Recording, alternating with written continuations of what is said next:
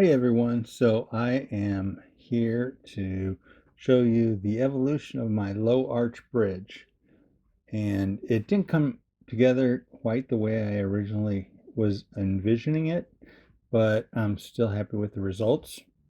But I had a 12-inch gap that I needed to cross over the span of 12 inches.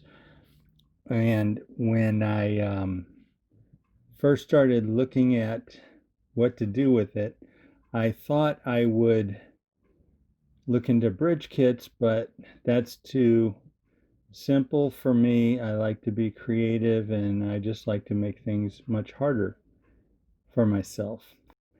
One mistake I made was that I didn't consider the cork roadbed. I only thought about the track and the ties, and even that cork roadbed, I probably could have used an extra 1/4 inch or more here. I had decided I want to go with an arch bridge, something that I could put supports on each end and then vertical supports, either cables or a double cable or double support like I did on the Waddell bridge over there, like those two over there. I wanted something different so that it wouldn't look too cluttered with 3 bridges in the same area. This is the drawing I created with some of the measurements indicating on my low arch bridge. And this is the framework I first started out with. It was originally going to be square tubing the length and then square tubing on the cross pieces, but I needed to figure out how to make that clearance I needed. The original design that I came across showed vertical plates, so to speak, with rods going through them and then a deck mounted to the top of the vertical plates, but I went with square tubing here. I will then put horizontal planks across, then down the length of it there'll be long planks on each side for pedestrians, and then a pair of them right down the middle for it to be a narrow 1-lane bridge for traffic to go across. So I measured with my truck. Whoops. Okay, that's a good test of the framework. I don't have the deck on it, but it still supported that truck when I dropped it. Let's see how it works here. Let's see. This thing is holding. Look at that. It's holding. And that's without the deck on it. So when I put the decking on, it'll be better.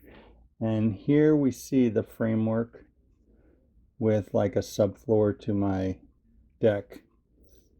And on the top, here's the V-groove material. This is a styrene V-groove from Evergreen Plastics. And that'll serve as my wood planks that run across. After this goes down, I will have strips going lengthwise, like I said, for the pedestrian walkway, and then 2 down the middle for a single lane bridge traffic.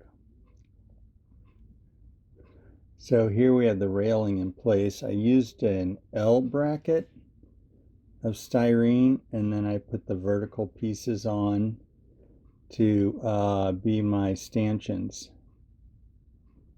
And my arches don't quite line up here, but I am trying to curve the styrene, and this is the first time attempting that, so I'm using heavy wire to drilled holes to get the shape of it. So we'll see how this comes together on the bridge. Okay, as you can see here, one of my arches snapped. When I was putting this together, I saw some stretch marks, and when I glued it to reinforce it, it snapped. So I got to figure out a reinforcement here.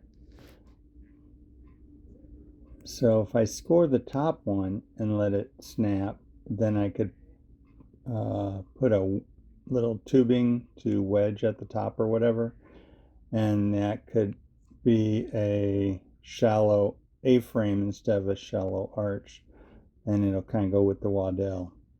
But this is what I really came up with as my solution. I used a larger piece of tubing and glued the two ends together. So this is the test fit of the arch, and I'm just going to leave it the way it is. I like how it turned out. I do need to take the center post there, support post, fill it with putty, and then cap it, and then cap each end when I finally do glue all the pieces together. So when I tried to use a smaller splice, it didn't work out, so I ended up having to go to a wider, longer support.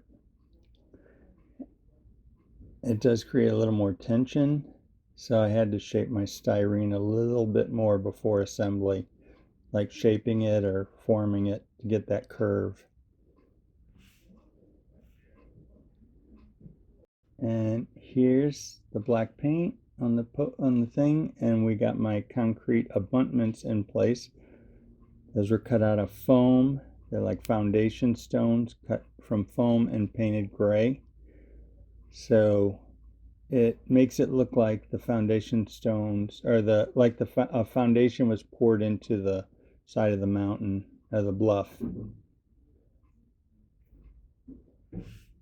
So I do need to create a ramp of some sort that connects the bridge to the road surface. I will make it a little wider to extend it out. I did get a little blemish on the black poles there, so I have to touch that up, and then I got to weather it so that it looks a little older, not so brand new. So this is what the bridge finally ended up as. You can see my little entrance ramp, or the little access to the bridge there. I probably need to add sand on both sides so that it meets a little cleaner. You can see a little space underneath the edge there, but once I put some sand there and put it all together, I think the whole thing is going to look a whole lot better. That won't flex like I hoped, so I'll have to put some sand in there to bridge that gap, no pun intended. But that's my bridge. I really like how it turned out. I hope you enjoy it, seeing it as much as I did.